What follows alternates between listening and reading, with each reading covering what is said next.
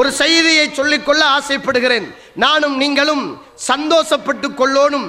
இந்த உலகத்தில் சில பாவங்களையும் சில நன்மைகளையும், குறிப்பாக தமிழ் பேசுகின்ற உலகத்துக்கு, இலங்கை திருநாட்டுக்கு, எங்கெங்கெல்லாம் தமிழ் பேசுகின்ற முஸ்லிம்கள் இருக்கிறார்களோ அவர்களுக்கு பாவத்தையும் நன்மையையும் தெளிவாக சொல்லிக் கொடுத்தவர்கள் அல் குர்ஆனையும் சுன்னாவையும் நேசிக்கக்கூடிய சமூகம். தோழர்களே, அல் குர்ஆனையும் சுன்னாவையும் நேசிக்கக்கூடிய சமூகம்.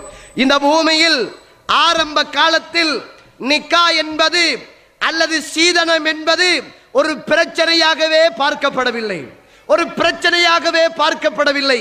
பெண்ணை பெற்றவனை கசைக்கு பிழிந்து அதுதான் கல்யாணம் என்று பெண் வீட்டிலே ஒய்யாரமாக உட்கார்ந்து கொண்டிருந்து வாழ்ந்து கொண்டிருந்த காலத்தில் ஏகத்துவ பிரச்சாரம் வந்து, இல்லப்பா இதுவல்ல திருமணம்.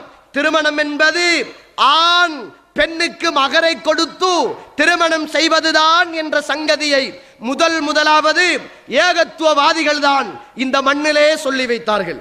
ஏகத்துவவாதிகள் தான் இந்த மண்ணிலே சொல்லி வைத்தார்கள். அருமைக்குரிய இஸ்லாமிய சகோதரர்களே, இஃப்தார் என்ற ஒரு நிகழ்வு, இஃப்தார் என்ற ஒரு நிகழ்வு, இஃப்தார எங்கட நோம்ப பிடிச்சி உங்களுக்கு தரணுமாடான்னு கேட்ட சமூகம், எங்கட நோம்ப பிடிச்சி உங்களுக்கு தரணுமா என்று கேட்டவர்கள். அல்ஹம்துலில்லாஹ், ஏகத்துவ பிரச்சாரத்துடைய வெளிப்பாடுதான் இஃப்தார் என்று சொல்லுகின்ற சொல்ல சமுதாயத்தில் பேமஸாக பேசப்பட்டது. காரணம் என்ன சொல்லுங்கள்? மற்றவர்களை கூப்பிட்டு நோன்பு திறக்க வைத்து அந்த நோன்புடைய நன்மைகளை பற்றி பேசுவதற்கு ஒரு சந்தர்ப்பத்தை காட்டி கொடுத்தவர்கள் குர்ஆனையும் சுன்னாவையும் பின்பற்றக்கூடிய சமூகம். கபரடிக்கு சென்று அந்த கபரடியிலே பயான் பண்ணுவதற்காக ஒரு சந்தர்ப்பத்தை பெற்றுக் கொடுத்தவர்களும் காட்டி கொடுத்தவர்களும் ஏகத்துவவாதிகள். சகோதர சகோதரிகளே, ஏகத்துவவாதிகள்.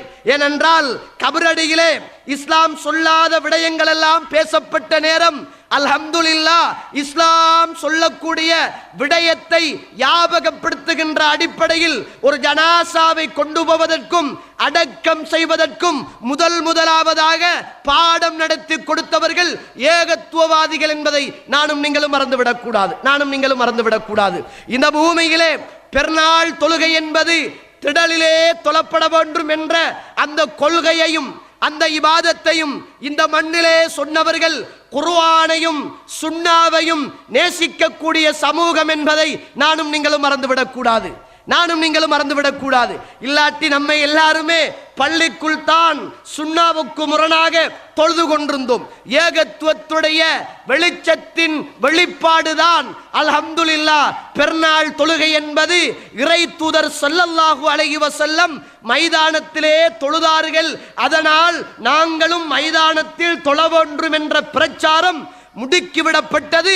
ஏகத்துவத்துடைய அந்த வெளிப்பாடு என்பதை நானும் நீங்களும் மறந்துவிடக் கூடாது. வலிமா என்ற பெயரே கிடையாது, நாட்டமே கிடையாது. கல்யாணத்தில் வலிமா என்ற ஒன்று சுன்னத்து என்று சமுதாயத்துக்கு சொல்லிக் கொடுத்தவர்கள் அல் குர்ஆனையும் சுன்னாவையும் நேசித்த சமூகம். அல் குர்ஆனையும் சுன்னாவையும் நேசித்த சமூகம்.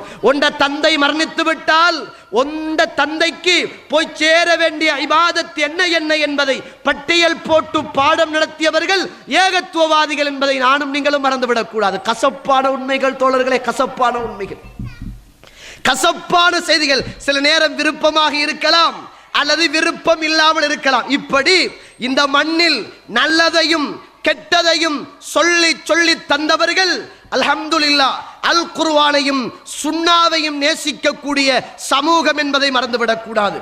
நானும் நீங்களும் ஒரு காலத்தில் ஹதீஸ் என்றா என்னென்று தெரியாது, குர்ஆன் என்றா என்னென்று தெரியாது.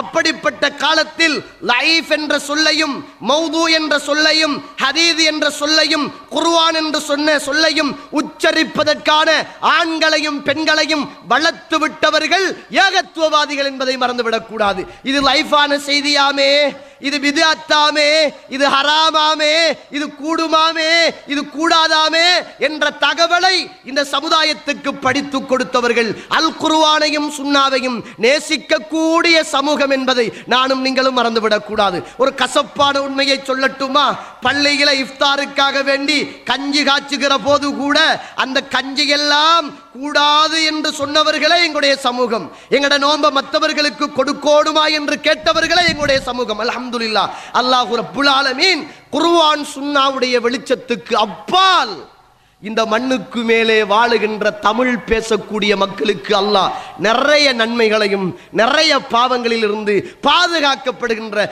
சமூகமாக அல்லாஹ் ரப்புல் ஆலமீன் ஆக்கியிருக்கிறான்.